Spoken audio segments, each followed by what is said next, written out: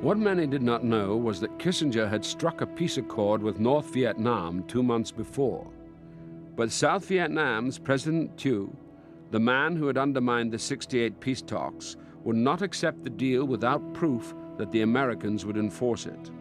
The Christmas bombing had much more to do with the South Vietnamese than with the North. It was a gesture to the Thieu regime. It was a way of saying the United States is willing to make this one great last brutal blow against the North. They bombed the North Vietnamese simply to persuade the South Vietnamese that they meant it. It was a demonstration bombing. It was a public relations mass murder from the sky. The bombing did appease the South, and Kissinger persuaded the North Vietnamese to make a few cosmetic concessions. In January 1973, Kissinger signed a peace accord with North Vietnamese negotiator Le Duc Tho. The terms of peace were almost identical to the terms the Johnson administration had nearly secured before the election of 1968.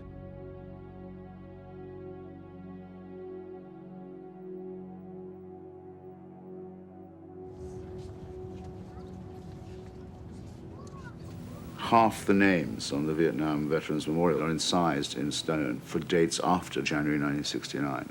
There is enough marble in Washington to put all the names on one wall.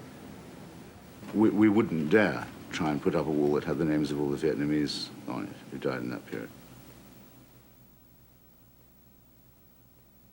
When I shall receive the award, together with my old colleague in the search for peace in Vietnam, Mr. Le Duc Tho. In 1973, Kissinger and Le Duc Tho were jointly awarded the Nobel Prize for Peace. Or symbolize the end of the anguish and the suffering.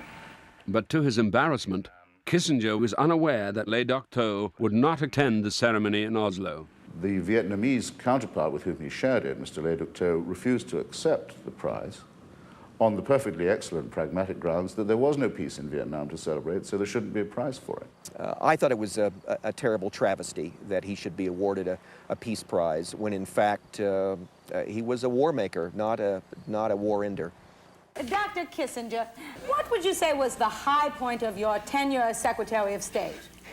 Well, I would say in 1973, when I won the Nobel Peace Prize for ending the Vietnam War. And the low point?